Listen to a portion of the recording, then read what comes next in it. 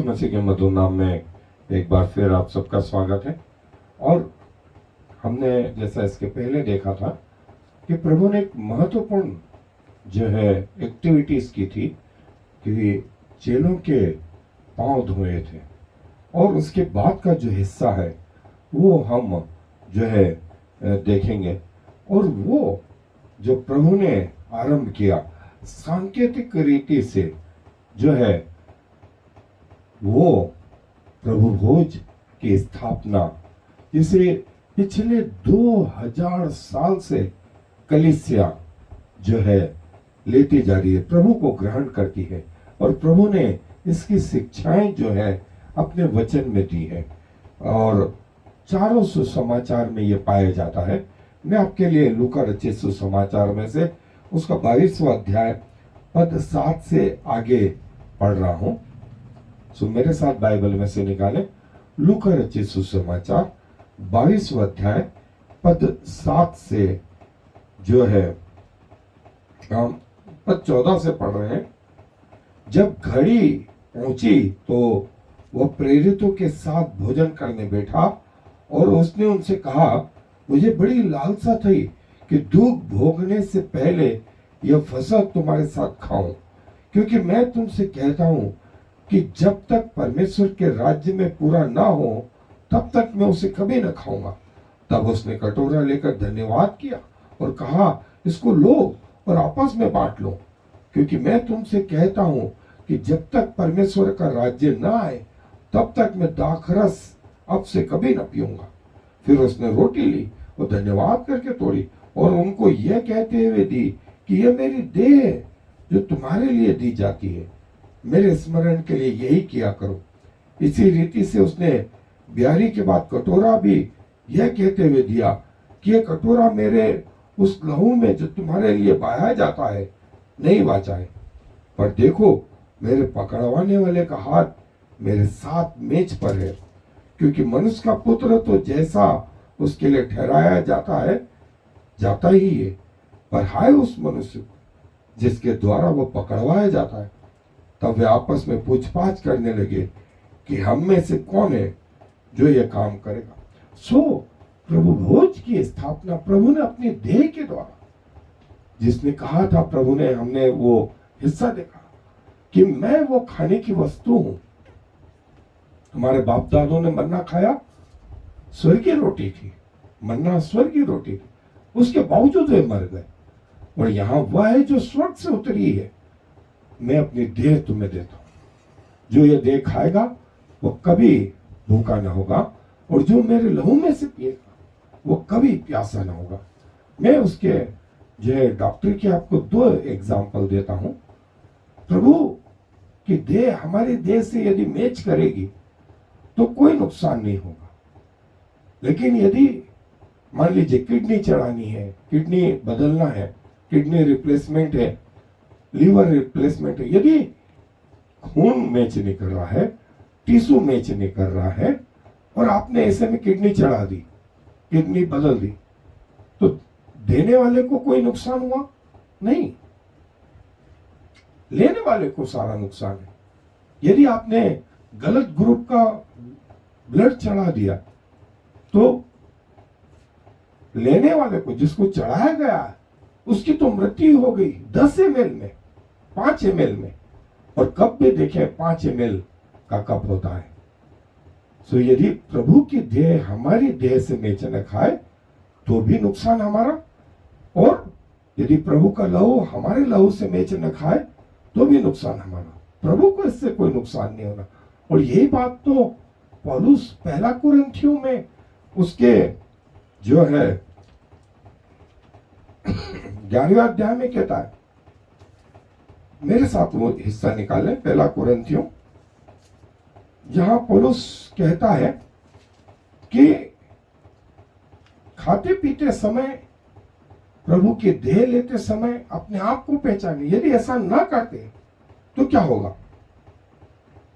11वां अध्याय पहला कुरिन्थियों उसकी 27 आयत में, इसलिए जो कोई अनुचित रीति से प्रभु की रोटी खाए या उसके कटोरे में से पिए, वह प्रभु के देह और लहू का अपराधी ठहरेगा। इसलिए मनुष्य अपने आप को जांच ले और इसी रीति से इस रोटी में से खाए और इस कटोरे में से पिए, क्योंकि जो खाते पीते समय प्रभु की देह को न पहचाने वह इस खाने और पीने से अपने ऊपर दंड लाता है। इसी कारण तुम में बहुतेरे निर्बल और रोगी हैं और बहुत से सो भी गए। यदि हम अपने आप को जांचते तो दंड न पाते, परंतु प्रभु हमें दंड देकर हमारी ताड़ना करता है, इसलिए कि हम इस संसार के साथ दोषी न ठहरे। इसलिए हे मेरे भाइयों, जब तुम खाने के लिए इकट्ठे होते हो तो एक दूसरे के लिए ठहरा करो। यदि कोई भूखा हो तो अपने घर में खा ले, जिससे तुम्हारा इकट्ठा होना दंड का कारण न हो, और शेष बातों को मैं आकर ठीक कर दूंगा। और यही यहूदा इस्करियोती के साथ में हुआ। जब यहूदा ने वो रोटी ली और वो कप लिया, लिखा है शैतान उसमें समा गया। कई लोग प्रभु भोज की मेज पर इसलिए आते हैं कि सारे पाप धुल जाए, मन शुद्ध हो या नहीं हो, हम ये ले लेंगे तो शायद हमारे पाप धुल जाएंगे। नहीं, ऑन द कॉन्ट्ररी, इसके विपरीत वे प्रभु के देह के अपराधी, प्रभु के लहू के अपराधी हो। सो हमें अपने आप को जांचना है और प्रभु की इस देह को, जो पिछले 2000 साल से हम इस विधि को प्रभु ने जो स्थापित करी, मनाते आ रहे, प्रभु ने कहा मैं स्वर्ग तक, मेरे आने तक ये विधि मनाते रहे, मेरे स्मरण के लिए ऐसा किया करना। सो दोस्तों, फिर से हम आए और प्रभु की इस महत्वपूर्ण बात को जो है अध्ययन। जैसा हमने देखा कि प्रभु भोज की स्थापना स्वयं प्रभु यीशु मसीह ने करी और पिछले 2000 साल से हम जो है इस विधि को मनाते आ रहे हैं। लेकिन इसके दोनों पहलू हमने देखे कि कई लोग इससे आशीषित हुए हैं, हो रहे हैं, और कई लोगों के ऊपर जो है दंड भी आया है। आशीषित तब हुए हैं जब हमने प्रभु की देह को पहचाना, उसके लहू को पहचाना। और यदि उसको नहीं पहचानते और गलत रीति से जो है उसको लेते हैं, तो बजाय आशीष के श्राप भी उसके साथ जुड़ा हुआ है। हालांकि कई चर्चेस में जो है और पिछले कई सालों से इस पे एक विवाद भी होता रहा, जो ये कि प्रभु की देह और प्रभु का लहू जो है वो वास्तव में वो लहू हो जाता है प्रार्थना के बाद में, और वो देह जो रोटी है वो देह का रूप धारण कर लेती है। तो कई सालों तक ये विवाद चलता रहा, लेकिन विज्ञान के आने के बाद में ये मालूम पड़ा कि उसमें लहू के चेंजेस नहीं होते हैं, वो एक प्रतीकात्मक चिन्ह है। और देह में भी जो टिश्यू है वो चेंज नहीं होती। रोटी रोटी है, लेकिन जो है वो एक प्रतीकात्मक रीति से प्रभु की देह है। सो दोस्तों, जो है पर्पस प्रभु की देह के इस देह को और इस लहू को लेने का जो मकसद है वो ये कि प्रभु के मृत्यु को स्मरण करना, प्रभु की मृत्यु को स्मरण करना। और आज तक जो है हम ये बात जो है स्मरण करते आ रहे हैं। और जो है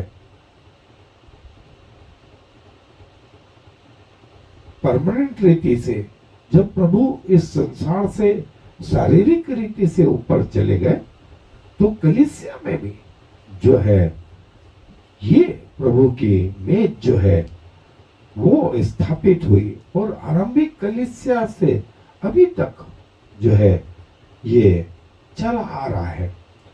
और चेलों ने वो जो है प्रभु के उस बात को स्मरण करा, और जो है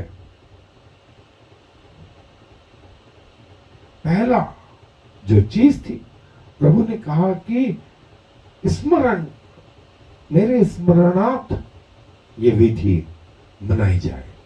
जैसा पहला कोरिन्थियों 11वां अध्याय और 25 आयत में भी आया है।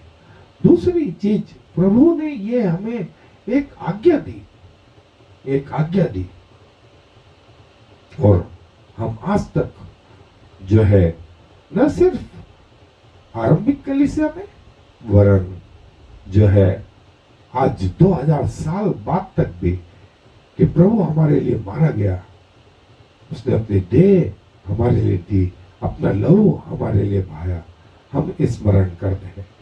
और जो है जैसा मैंने कहा कि ये देह एक प्रतीकात्मक चिन्ह के रूप में रोटी और लहू प्रतीकात्मक चिन्ह के रूप में दाखरस जो है वो यूज किया जाता था। और जो देह या रोटी थी वो अखमीरी रोटी थी, जिसमें अखमीर या खमीर नहीं मिला होता था। खमीर जो है पाप का प्रतीक था। सो उस रोटी को ऐसा बनाया जाता था कि जो पाप का प्रतीक ना हो वो पवित्र हो। और ये किसी कलीसिया के रिमेम्बरेंस के लिए नहीं, संस्था के रिमेम्बरेंस के लिए नहीं, संस्था को स्मरण करना ऐसा नहीं, अब्राहम इसाक मूसा को स्मरण करना ये नहीं, लेकिन प्रभु यीशु मसीह को स्मरण करना। और जो है अपने पापों को स्वीकार करना कि प्रभु किया लहू मेरे लहू के लिए, प्रभु की देह मेरी देह के लिए, मेरे परिवार के लिए, मेरे जीवन साथी के लिए, मेरे बच्चों के लिए, मेरे माता पिता के लिए, आने वाली पीढ़ियों के लिए नहीं। ये आपका व्यक्तिगत संबंध है।